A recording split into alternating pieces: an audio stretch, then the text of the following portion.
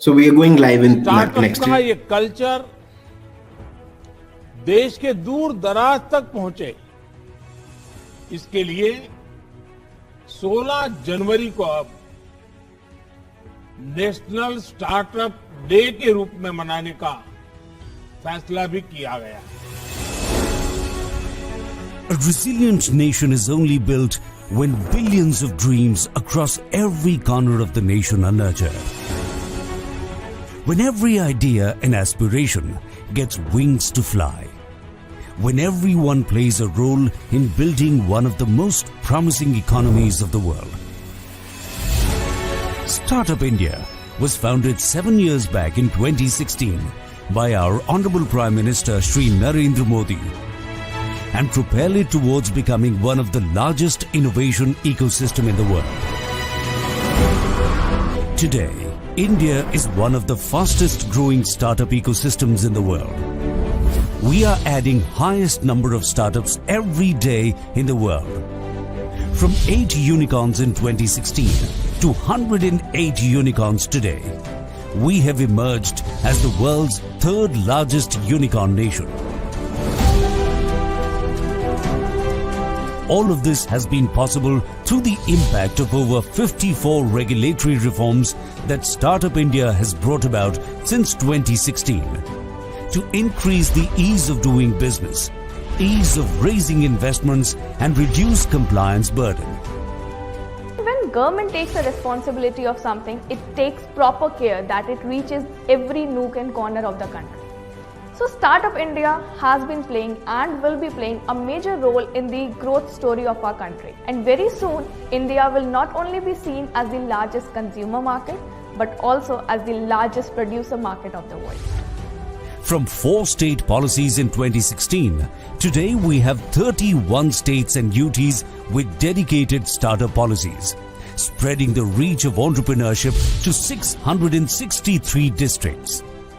I believe it's a great success for Startup India mission, and we have seen like people coming from different background and financial situation. All these schemes made the dream get closer to the reality, and it's been a great journey with Startup India. We have grown immensely from 446 to 87,000 plus DPIIT recognized startups across 56 industries, employing over 8.48 lakh people. Last 7 years have seen an exponential growth in the number of startups and in the different kind of startups that are coming out in India. This is all possible due to the last 7 years journey of Startup India thinking about policies in a wholesome manner. Various initiatives by Startup India have enabled this momentous growth, including National Startup Awards, State's Startup Ranking Framework, Seed Fund Scheme and the Government E-Marketplace or GEM. Startup India has actually created a very good systems and processes for adoption of such technologies into government ecosystem. That's really helped us tremendously. And the platforms like GEM, the government e-marketplace, they have specific areas where startups can sell their product to government ecosystems. This incredible journey spanning over 7 years has transformed India through its zeal for entrepreneurship and innovation. This is only the beginning of our journey to a more innovative and inclusive idea. A nation of not just job seekers, but also job creators. Start innovations. Start dreams. Start aspirations. Start hope. Start opportunities. Start possibilities. Start the future. Startup India.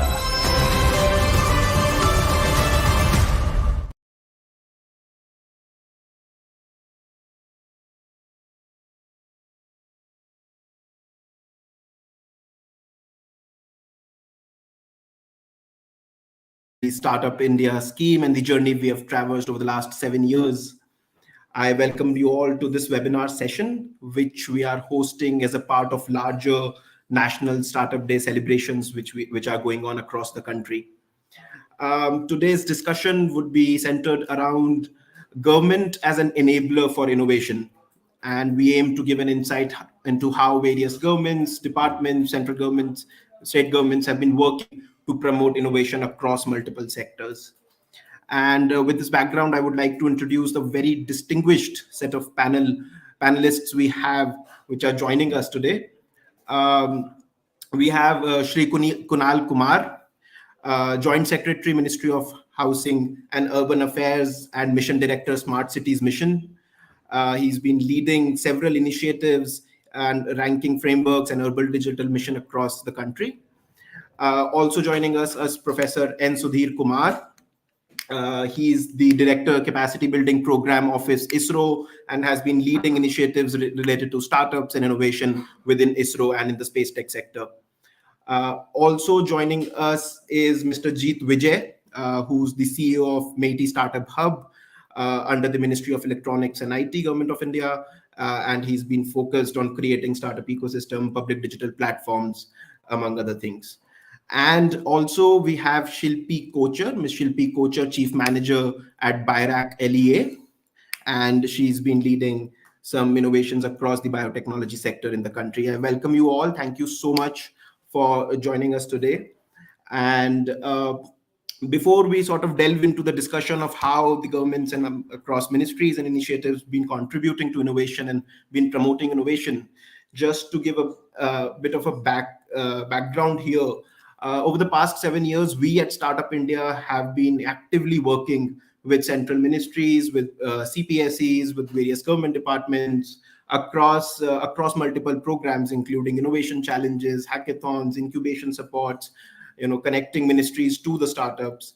And we've actively engaged with more than 20 plus ministries, have provided support to more than 5,000 plus startups through various channels across direct seed benefits, seed grants, and a different kind of cash grants. And ISRO, BIRAC, Ministry of Housing and Urban Affairs, and MeitY Startup Hub have been some of the leaders in bringing startups and innovation to the forefront.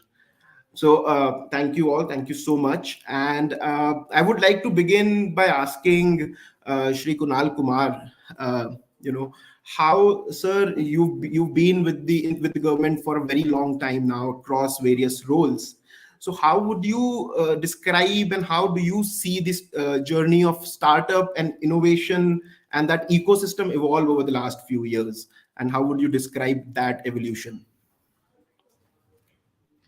Thank you. Just checking if I am audible.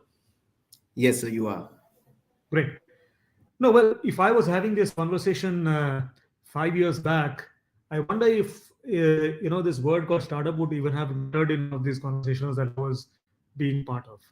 So our thinking, especially because I belong to the urban sector, was very traditional, continues to be in large extent traditional, although some barriers are getting broken every day, every minute as we speak. And there is a reason for that. I think, realization is dawning on all of us that problems are getting more and more complex by the day. And well, all kinds of innovation. You don't need innovation in good times. Things are going on, everything is fine. But the last 3-4 years have been all kinds of crises that probably we never imagined. And therefore, I think the precipitation of this idea that we need to go out of box and business as usual won't work, and as it is gets triggered in tough times, and those tough times are here. They seem to be over, but every new day is another problem, and you can see the geopolitics is changing, economies are changing. You're seeing anti-globalization of some kind happening. You're seeing world being, and on the other hand, you see cities are getting connected to each other beyond national boundaries. So on one side you see anti-globalization, on the other side you see cities getting connected to each other, corporations getting connected to each other where national boundaries don't matter. So all this, in fact, whether it is mobility, whether it is housing, safety, security, environment, education, health, you name the sector, everywhere problems have got more complex. Think of the vaccination program that we did. Think of the kind of telemedicine now we need post all that we have seen during COVID. Think of the kind of educational infrastructure that we need, which requires a different kind of learning management system to be done, which can be accessed by everyone in cities, including people from lower middle income and lower income. So huge challenges, and therefore I see a promising time for startups, because challenges are huge, I presume, and history has showed us that the best innovations happen when times are tough. The second thing is on the demand side. Now, we've been part of this Amrit Kal preparations, because the Honorable Prime Minister has said that now we've entered Amrit Kal, and the next 25 years are very important for our country. So, while we were sizing up the needs for the urban sector, we found that the kind of investment that is needed in the urban sector is phenomenal. Just to give you a small size, a template of where we are headed, the kind of investment that will go into mobility, housing, water, wastewater, solid waste management, etc., over the next 25 years is close to $5.6 trillion. Which means today as a country we spend around $38 per capita. This would have to increase to $900 per capita in 2047. So literally 25-30 times jump over 25 years is what we are looking at. And that is not going to come by business as usual operations, business as usual industry. We'll have to go path breaking, which is where again the role of innovation becomes very important. So two things. I'm not talking of unicorns, etc., etc. I'm just giving, you know, learning from history and saying these are tough times, and tough times produce best innovation, and the road ahead is full of opportunities, full of investments, and that creates a lot of potential for companies to come up, shine, and improve themselves on ground. So this is where my hope lies. Thank you, sir. A very pertinent point, I think, with the how brings out the roles of startups as the problem solvers essentially, right? And also with respect to the investments which would be needed and the intensity of investments, I think innovation is something which can get us over that hurdle. And this is where I would like to bring in Professor Sudheer Kumar as well, because space is another sector which has traditionally been India's strong point. We have been leaders in the space system, but requires a lot of investment. And we are seeing a lot of new changes in the ecosystem with the private players and startups coming in. So, sir, how would you describe that evolution, and especially in the context of the recent changes with the private players coming in? Thank you, Uncle Agrit. See, necessity is mother of invention. See, when you exhaust as Mr. Kunal was telling, the conventional ways and traditional ways, when you exhaust, usually the industry, vendors, they go in a very traditional way. See, you have described a specification, and they have delivered the good for a consideration, and that's all the business is all about. But now, the conventions have been broken. The traditional approach has been broken. And now you have to think big with a small, let us say, resources. There the question of innovation will come, especially for supply chain and other, let us say, consumer oriented things. Innovation obviously is a place, otherwise you cannot attract the users. But when it comes to the deep tech, where indigenization is the major problem, we are depending on the foreign nations for many specific items, where you have to optimize the thing, you have to live for your cause, and you have to carry out your own programs. Unless otherwise the innovation comes into picture, you cannot survive. That is becoming the order of the day. And the nations you are seeing on the other hand side, they wanted to keep everything close to their chest, so that they will be indispensable, and their prominence will be dominance, and prominence will always will be felt. But when, even for a bolt and nut, if you don't have, the entire system cannot be made. So the startup ecosystem, that's what the I always says, startup is not the industry, startup is a different vertical.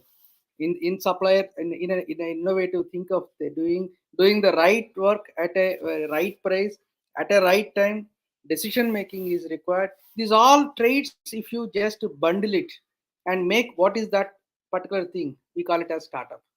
The guys are very enthusiastic, they have fire in their belly, their decisions are very fast, they are approachable. They can just walk into honorable prime minister's office and they said, sir, we want this one. The demand do. No industry, even industry giants, they cannot do. See, these are all different traits of a startup to enable them, because they have fire in the belly, they have enthusiasm, they have interest, they have zeal to work, they have energy. And only thing is, we have to provide the government, pertinent to your topic, the government should enable them for their sustenance. Now today many startups, they come to me and say that we have this knowledge, where who is the user? Ultimately, the innovations, and we have government practices. When you float a tender, obviously we will say what experience you have, how many such kind of things you have supplied in your past 5 years. See, such kind of barriers, then exemptions, then so many other things. Probably, I think line ministries have to notify all these things to Government of India, and maybe DPIT is the right choice, or Ministry of Finance is the right choice, because many of the forums, they do come to us, and represent that, sir, these problems we are facing. The sustenance is very important. We should encourage their employment, because we are experts in our area. We have to give the feed to the startups, so that at maybe one layer or two layer, they should pick up and start growing further. So I feel the ministries, especially SNT ministries, play a very important role and good role for enabling the startups, to give them a feed, the way to come to forward, so that the line ministries will get connected, so that there is a bridge. I should say the startup should be a bridge for identifying the social problems or line ministry problems. Come to SNT ministries, take a clue, innovate them, take a mentorship, innovate them, and give the solutions to the line ministry, so that economy will be built. Thank you. Thank you, sir. I think yes, very aptly you've described how startups are different from the traditional industries, with the agility and the energy which we talk about, and how that is what sort of differentiates and breaks the barriers of the traditional ecosystem. Also, I would like to welcome Dr. Manish Diwan, who's joining us now. He's the head of strategy, partnership, and entrepreneurship development at BIRAC, Department of Biotechnology. Welcome, sir. Really a pleasure to have you here. Pleased to be here, and And sir, I thank you think very much. since you joined us, I'll get you right into the discussion, and taking from the point Professor Sudheer Kumar just said, that how startups have that ability of to be agile and break the traditional ecosystems and barriers. So with respect to the biotechnology sector and the work BioRac has been doing over a period of time, I just want to know your perspective of how have you seen innovation and startups evolve in your journey, and specifically in the sector. I think by the definition of entrepreneur, everybody has to. One can only succeed if they are more than usual. The ability to take risk is much higher. Ability to commit more than 100% is much higher than the rest of the crowd. And the passion and the drive that you want to take that thing, the notion or the idea or the element that they're working on, all the way forward, and stay connected with the basic basic cause why they are doing it. So that is why you would notice that not everybody is an entrepreneur. Only a small fraction of the entire community has that zeal and the intent and the drive to make it happen. Some of them are able to mobilize the right team and carry that strength, and then they become they take that journey forward. In the biotech sector particularly, uh, there the it is जैसे वो कहते हैं ना, तीखा और ज़्यादा है. So you need extra more than the usual. So because you require good 5 to 10 years of gestational period before your idea can fructify, and you can start seeing the product in hand. So you require much more patience, perseverance, and the technical breadth is very, very, very large. And so is the entry barrier. Not everybody can replicate a technology which has been IP led and done through all that endeavors. So I think this all adds up. So we get to see people who are pursuing biotech entrepreneurship, fresh students coming out of colleges, PhDs, masters, postdocs, uh, scientists who are pursuing in the academic career, faculty entrepreneurs. We get to see people like postdocs who are coming from overseas or have matured their thought process and sufficiently large breadth of skill set training done, they pursue. We see people who have industry experience, corporate people who have done enough for the industry, seen the business marketing, and then they want to start a career in the entrepreneurship. We get to see retired people right after retirement, they want to start and develop this as a full-time career. We get to see surgeons, orthopedics, dentists, uh, practitioners, right? And some people who have also left practice, clinical practice, they've gone into become investors or mentors or facilitator for these activities. We also get to see a lot of movement from the women founders, which and they come from either uh, at any of these stages as well as a career break and rebounds. So I think there is a sufficiently large variety of startups which are picking it up. And one last thing, typically biotech, as I mentioned, takes longer, so people iterate and iterate a whole lot. You might want to start with something, but as you position yourself from POC onwards and validation, many a times you need to go back to the drawing board and reiterate. So you get serial entrepreneurs too, who fail in their first attempt, but second or third attempt become more successful. Does that answer your question, Alankit? Yes, sir, definitely. Thank you so much, and thank you so much for explaining the ecosystem as well. So, so succinctly, and with various walks of people taking startups, and right, it's not only just one people from one particular area or sector coming in. Thank you. I also to Mr. Jeet Vijay, sir, since the theme has been till now has been that how it's a land of opportunity. There has been indigenization, how different sectors are coming in, and since you are leading a startup hub as a whole, which essentially is bringing all the components and every player in the ecosystem together. So would want to know your perspective of the work MeitY Startup Hub has been doing, and being the front and center of enabling every kind of ecosystem player. So how has that been as a journey? First of all, thank you so much, and I congratulated Startup India on organizing this series of events on such an important and momentous occasion, which our Honorable Prime Minister designated as a National Startup Day. And I think it's critically important what Kunal Kumar sir said in the beginning, that where we stand today versus where we will be in next 25 years, the trajectory of growth and innovation is going to be transformative. Business as usual is not going to be the paradigm. It's going to be a new way of looking and thinking and working. And I think it's amazing that ISRO actually is engaged in allowing and opening up the space sector as well for startups.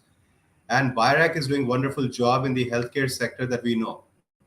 Now, one thing that as Ministry of Electronics and IT, we look at is the digital divide. 1/3 of the population globally today still suffers from digital divide. And as we know, digital connectivity is a critically important factor for empowering people.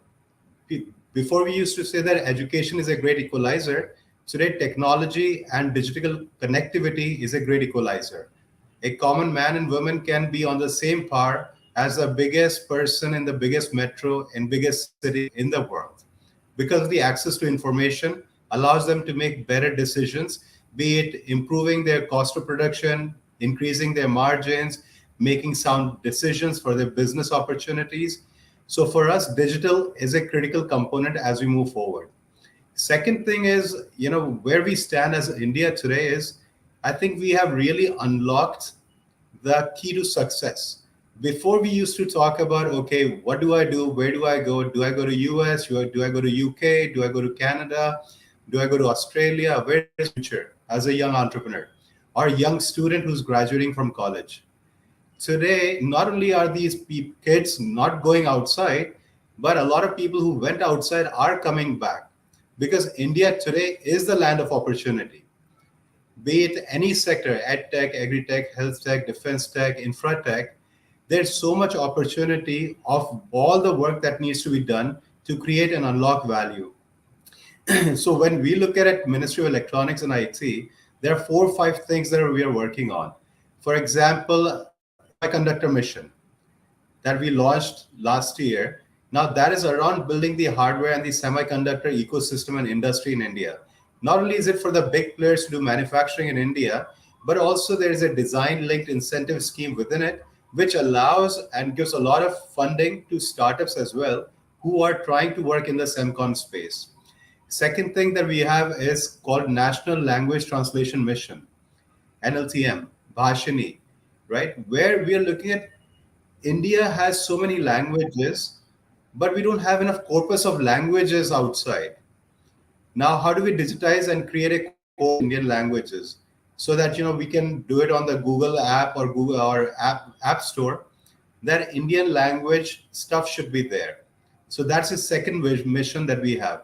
Third thing that we look at is the PLI schemes that we launched for hardware and for phone and other things, which is again building a mass of industry in India, which is allowing component industry to thrive as well as the small startups to come around to serve those needs. Now, these are the three big critical elements. Fourth thing that we are looking at under the G20 presidency of India that our Honorable Prime Minister said is going to be action-oriented, decisive, and inclusive. So we have launched new programs which are focused on digitization of tier 2 and tier 3 cities. We are bringing more funding schemes and more programs to startups that are working and operating in tier 2 or solving the problems of tier 2 and tier 3. So that's another thing that we are working on. And I think one program that we have launched is called Digital Innovation Alliance, which is bringing startups from all G20 countries plus 9 invited member nations to showcase their best of their startups in 6 sectors: agri-tech, health tech, ed tech, fintech, infra, circular economy, and secure digital infra. So startups from 29 nations on these 6 categories will all come to India and participate alongside our Indian startups and be recognized and be celebrated, and they'll get an opportunity to co-develop products and explore opportunities for synergistic growth together. So in our view, it's all about inclusive growth and a growth focus on digitization and building digital public goods which can serve the masses. Thank you, sir. I think there's a lot to unpack here, but I think your focus on how various schemes the ministry has been running, and the essentially the idea of inclusivity, and that is what the government brings in, and taking the discussion from here itself and coming back to the topic essentially, which is how the government is an enabler. And I would like to ask Mr. Kunal Kumar here, sir. And Professor Sudheer Kumar also mentioned that how through procurement and regulations there, the government can enable.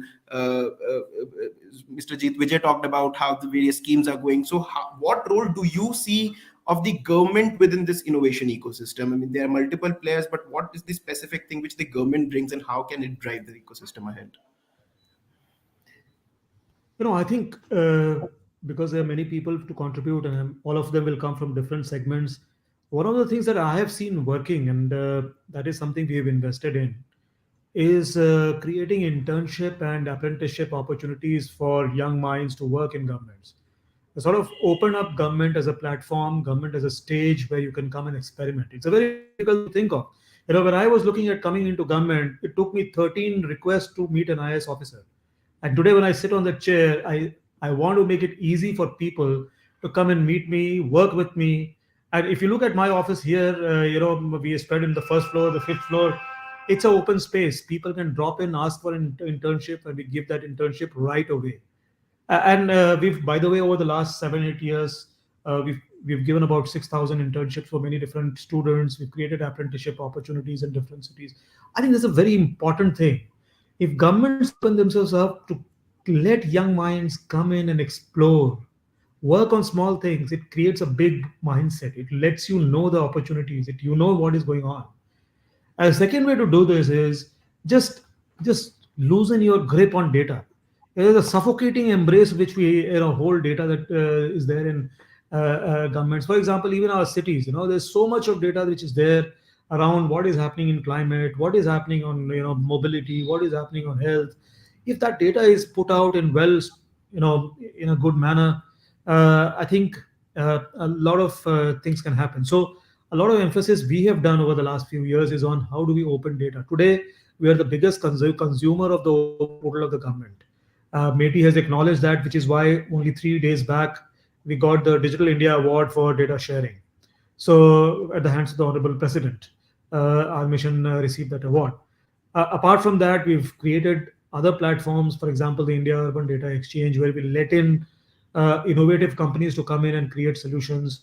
Some of these solutions are extremely brilliant. For example, one of the companies came in and made the solution in Vadodara, where green corridors for ambulances are now possible because a lot of data being shared between GPS systems, traffic light systems, etc. So the moment the ambulance arrives within 300 meters of a traffic signal, it gets automatically green. I'm giving you one crude example, but there are hundreds of such examples.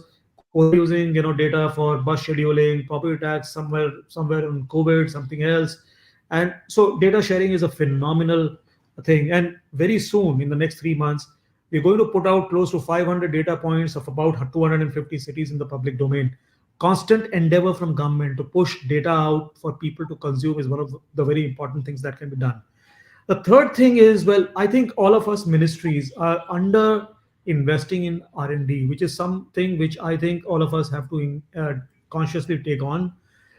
Setting up test beds, setting up living labs, setting up innovation funds, wherein we can through a blue sky method look at supporting innovation. So as I speak, we are in the process of formulating a plan for scaling up the National Urban Digital Mission, and we're working with MeitY. We're also working with Startup India on this one, and we're creating a digital innovation fund within that, so that states, industries, startups can apply for that fund. It's a substantial fund we are creating for the next 3-4 years, where we can test blue sky technologies in adoption in the urban sector. And of course, procurement.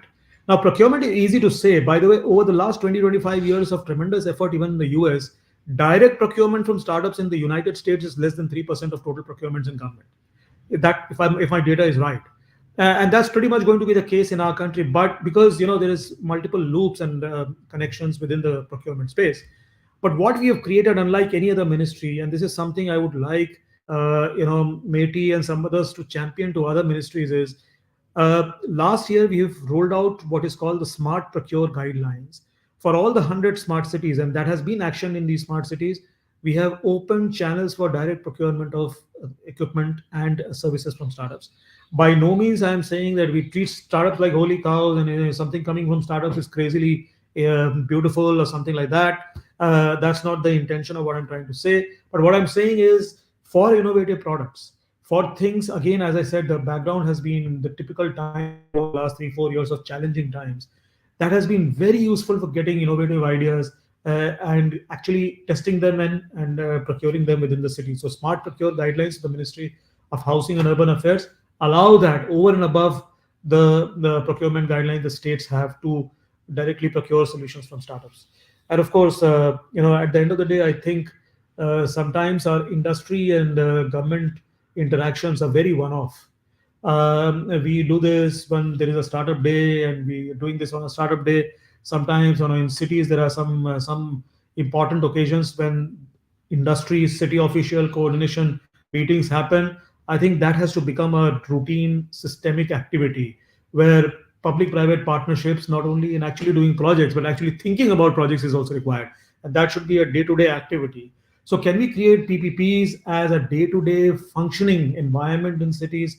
In governments, can we share data better? Can we improve internships and apprenticeships? Can we create more investments in basic research in all our ministries? These are the things that come to my mind. Thank you, sir. I think if I have to sum up the theme of your answer, it was accessibility and openness, whether it's in the government offices or within the data. But yes, I believe R&D and PPP functioning are the points which would be valuable for the other ministries as well, and other areas as well to look into. And talking about R&D, and this is where I would like to get the perspective of Dr. Diwan as well, because biotechnology is an area where innovation in itself, right, is driven from the research and development which is happening and the accessibility through that. So, how do you see the role of research R&D there, and the connection between R&D and innovation, and how that can be sort of thrown open to people, made more accessible, and have larger partnerships in that sense? Alankrit, I think the what we see is that new innovations, the first-in-class innovations particularly, they typically evolve from the knowledge generation centers. So the academia is or the research institutions are the knowledge generation centers. So if our quality of research, or if the problem statements identified during the research are front end, cutting edge research, for example, the outcome would also be front end and first in class. If the quality of research is mediocre or me too kinds, corroborating facts and incremental improvements, it is bound to reflect in the outcome of the what you feed, you get that outcome. But I think so. There is large for India background setting. There is large headroom to even improve the Me Too kind of products, best in class products, and technology is advancing very rapidly. So I think in the some sectors, some areas where resources are doesn't become a self-limiting step, there we can see large scale improvements and first in class discoveries right at the front end. And because even the best in class competitive solutions offset our import export imbalance, right, in a positive way. So recognizing the strength of the academia or the research institutions, we have seeded incubation centers in the core of such recognized uh, research centers, where high end research or high end infrastructure is accessible.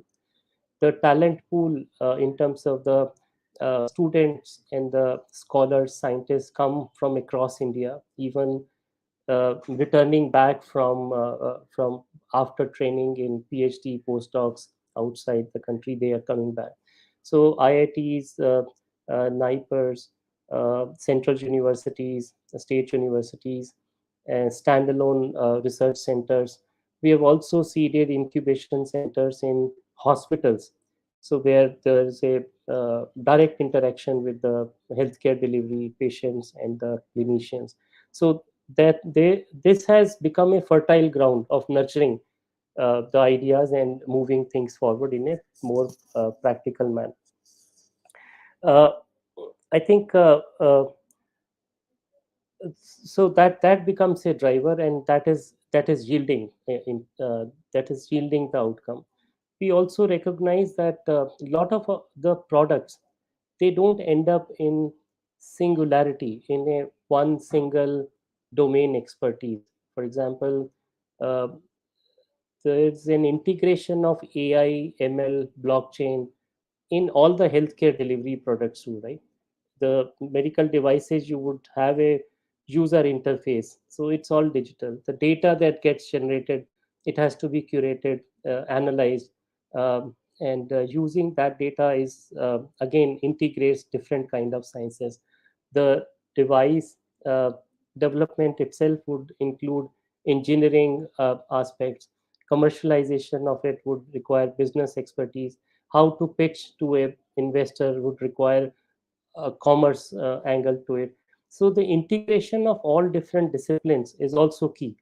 So all our incubation centers that we have seeded, and they become the core converging centers to promote innovation.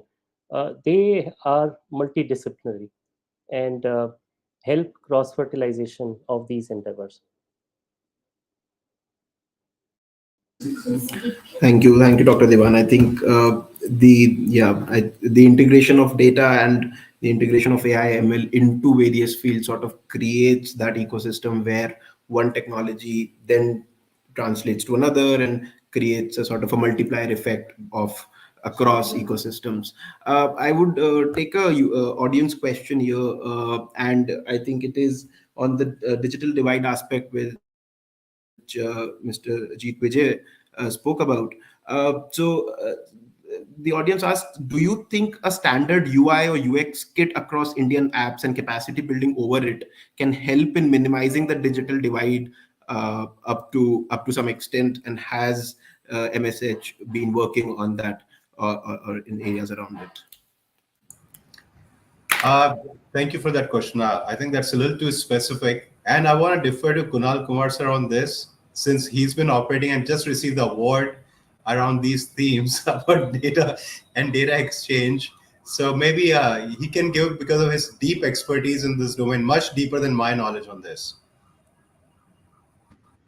Well, Jeet has successfully, pulled my leg on a national video conference. Nevertheless, I think what he means is that a lot of people find it difficult to navigate very complex apps that we build. I think what we end up doing is either create a lot of functionalities in a single app, or the process flow is so difficult that the person just loses interest in accessing it. And sometimes the third thing is that the credibility of the backend sometimes is missing, which is where sometimes the app will be down, sometimes it won't work when it is a critical time, etc., etc.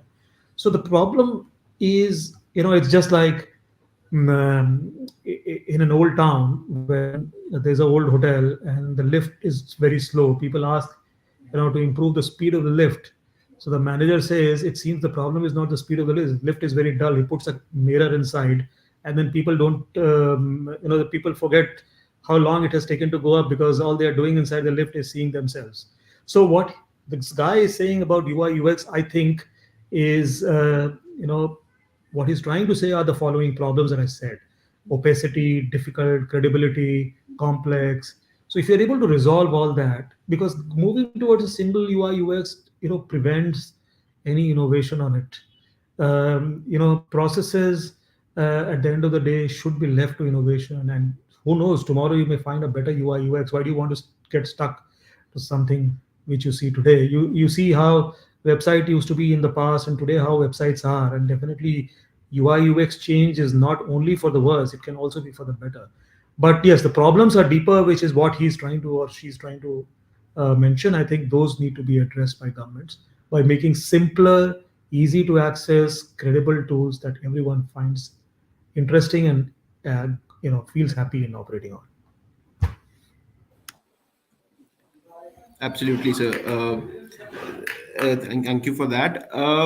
Moving to another aspect of the discussion where the government comes in, and I think Jeet sir mentioned it in his opening remarks as well, where we see a huge diversity, right? I mean, there is a huge diversity in terms of socioeconomic statuses, access to resources, geographies across the country, and the government is working at the intersection of all these geographies. So my question is that how do we institutionalize the benefits of innovation or the schemes which are coming specifically to for the tier 2 and tier 3 countries, so that innovation is not restricted just to certain islands of the country and sort of is a pan India movement? And I think if Dr. Diwan wants to take this up, please. So Alankarit, I think it's not about tier 2 or tier 3 cities. I believe that the talent is available all across, and we get to see that talent when we get to see the number of applications or entrepreneurs reaching out to BIRAC for funding and startup applications against our calls. So more than 50% of those applications come from non-tier 1 cities, tier 2, tier 3. And we also get to see presence of candidates from aspirational districts.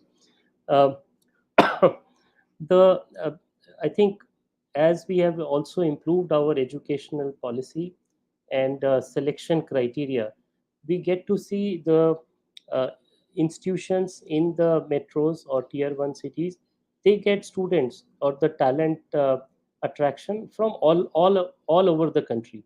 So that talent pool is available sufficiently all over. It is just the infrastructure is limited to certain places in a much higher or much more advanced uh, scale compared to uh, let's say some places which where it is less. Also, I think there is uh, each place or each region. India is such a large country. Each region also offers uniqueness. I'll give you two examples here. One, the recognized mature clusters, let's say Mumbai, Bangalore, Karnataka, Hyderabad, Delhi. Though the infrastructure is high, accessibilities, etc., but the cost of operations are also high along with it.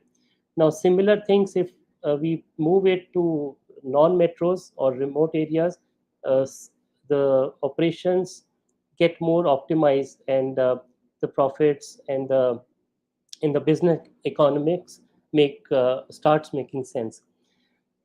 That is one example. Second example, if you look at certain regions, for example, let's say Madhya Pradesh, central India. So now it connects to lot of different states. Just the borders connect to several states. The geographies allow large scale production of food and agri. You look at northeast, the climate and the bioresources, it is considered as the hotspot of bioresources. So you can't get that raw material. Let's say if you go down to further north or towards west. So if you start moving that raw material to the other regions, the cost of operations goes high. So I think customized and the region specific solutions distribution could be more optimal way of utilization. And here to me, I don't think talent is a restriction. It is, you can attract talent. It is just that local resources and local empowerment, if upscale, like we from India, for example, go to n number of countries. The temperatures are minus 30, minus 40 degrees, but we go there and survive. We also go to areas where the temperatures are 40 plus, 50 plus. There also we survive. So look at the delta, good 80, 85 degrees delta. So I think if we get recognize these opportunities, the talent is available all across, and these geographical boundaries are kind of diluting out now. Thank you, sir. I would also like to bring Shri Kunal Kumar also in this question, because smart cities mission, this tier two, tier three cities have been leading, a lot of tier one cities there, and carrying from the point of Dr. Diwan as well, the idea of customization and how it's of course not the talent, but how the customization and the opportunities, if they can be used locally, that would sort of combine innovation within those areas as well. And your thoughts on the same? So essentially, the 2 points I would like to make here. I have seen a strong disconnect between local academic institutions and local governments. I studied in Roorkee IIT, and then uh, honestly, if that institution is taken out of Roorkee at that time, I used to feel, and taken to some other city, neither Roorkee would come to know about it, neither IIT would come to know. Now, because it doesn't really matter, you're not linked to your context. Now, lab to land is a classical way by which many of the cities in the West have developed. You see a Pittsburgh, you see a Boston, you see a San Francisco, and the Stanford story, and the Pittsburgh University story, and the Boston story.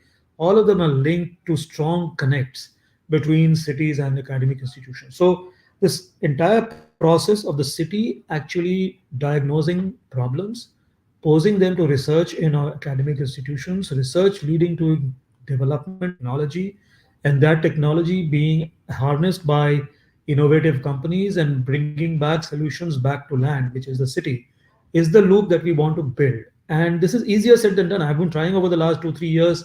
Some of the cities have started doing it, but it's tough. I don't know, because somehow our functioning is such that It is taking time, but sooner than later we need to crack this game at all levels of government, including at the national level. So that is one. The second thing is, I think, the functioning of cities, as I said, PPP. I imagine some of these as opening up governments, like government as coffee shops, for example. A coffee shop is an open environment where people come in, or maybe I can't use the word bar here, but I'll use the word coffee shop. And in a coffee shop, people come in and they can discuss, open-ended discussions happen, which is why the most innovative places on earth have been port towns, etc., because people have come from all across, and diversity prevails. A lot of different ideas are generated. That is something that we have to consciously develop in our functioning. Open up our portals to no agenda meetings of different kinds, bring in people, do it systemically, in the sense, have defined periods on which that happens. It doesn't need to be on a specific day, and there has to be a team which senses the method in that madness, and is then able to convert those into critical opportunities for the city, and as well as for the business. So these are certain things which come to my mind as I reflect on what you're talking about. Thank you, sir. Yes, I think encouragement, I think, is the key word there, and providing those spaces where the interactions can happen, whether they be academies with cities, or within coffee shops, or any public space for that matter. As we sort of move towards the end of our discussion, would like to ask the panelists on what new role do you see innovation assuming with the government? What are the areas you feel which are still untapped, which haven't yet been fully focused by the government with respect to the innovation? Any particular areas which your organization or your mission has been looking to take up? So we can start with Dr. Diwan, I think, here, and go around the table. All right. Uh, I think India being such a large geography, there's never enough. So you can do as much as possible, but there's still headroom. And I would also like to dig in here that, like India, if India can resolve few problems, the same solutions can be deployed in, again, n number of countries. So the the problems are becoming global. For example, global net zero, carbon net zero is a global commitment. Circular economy is a global commitment. Providing healthcare, food, nutrition is a global issue. So the integration of these, uh, developing solution, affordable, accessible, usable, if we do it here, they become deployable in fairly large geographies. The solutions which are created in the developed countries are very, very expensive, very resource intensive. Not you require highly skilled people to utilize it. So even those are made available, those become not relevant in our content, in our context. So I think that's one. uh, with regards to what we can do for the, let's say, I think, as going forward, we have created a base and reflected, demonstrated with evidence that India has talent, and that talent has been able to translate. We have largest number of startups, like 85,000, 108 unicorns. So I think it is self-reflecting. Startup India is a national mission. You are championing that. Make in India is a national mission. And this has given a clarity, a long term prioritization, both in context with the individual, let's say, entrepreneur startup industry, as well as large businesses, that there is something which will remain as priority for a very long term. And from the government perspective, the frameworks, policies, uh, opportunities will continue to roll in and facilitate and nurture this. So we need to continue build that India growth story, and continue to reflect. We need to uh, create our presence felt in first in class, cutting edge sciences, deep tech solutions. I think we are relatively, because of our R&D base is low, our output, as you asked previously. So I think we need to excel in that front and create large infrastructures uh, which are accessible, common access infrastructure, where we can not only build innovative solutions, but we also create raw materials, components, reagents in-house, so that the cost of material also comes down. And once we do some of these elements, I think that will attract international investments, private investments to empower the government's activities, because government kitty size of resources is small. So I think that is where I would look at. Maybe Mr. Kunal wants to add a few more things. Thank you, sir. Yes, sir. If you want to add to that. No, I was just signaling to someone in my room. I'm sorry. It looked like I was putting my hand up. Well, I remember, this interesting nomenclature in the book, that lean startup book, which is such a bestseller. There's a term called intrapreneur. So entrepreneurs are people from the business side of the story. Entrepreneurs are people who are within government and are entrepreneurial in nature. Now, for us in government, it's important to see how that breed becomes first develops and then is nurtured, because it's very easy to break entrepreneurship within government. And I think one of the systemic ways. Look, how did this problem of good financial management got solved in government of India? Let's say. So this concept of the integrated finance division was created, and so they are all officers from the finance ministry who have been trained specifically to look at finance, and they have representatives in each of the ministries. There is a joint secretary IFD in MoHUA, there is a joint secretary IFD in petroleum, there is a these are specialized things which have been literally offered as a service by the Ministry of Finance to other ministries. Now, innovation seems to be a very blue sky, random, stochastic process, but there is a method which needs to be created for that. Is there a possibility, is there a need for something like an IID, an Integrated Innovation Division, where a ministry is there dedicated to look at the general aspects of how innovation can be developed in ministries, and there are professionals who are trained for that purpose, nurtured for that purpose, and then are put in ministries to ensure something like that starts to happen and build a practice of innovation in ministries. Now, this is probably something which is not maybe an out of box, but I think time has come for something like this, because how long can you wait for accidents to occur and somebody to just start doing something till the time he or she is around there, and then another full stop to happen when that person goes away. So think of these structures, think of, and there has to be some method to this within the government, that it happens in a structured way. That's probably the last thing I would want to put in. Yeah. Thank you, sir.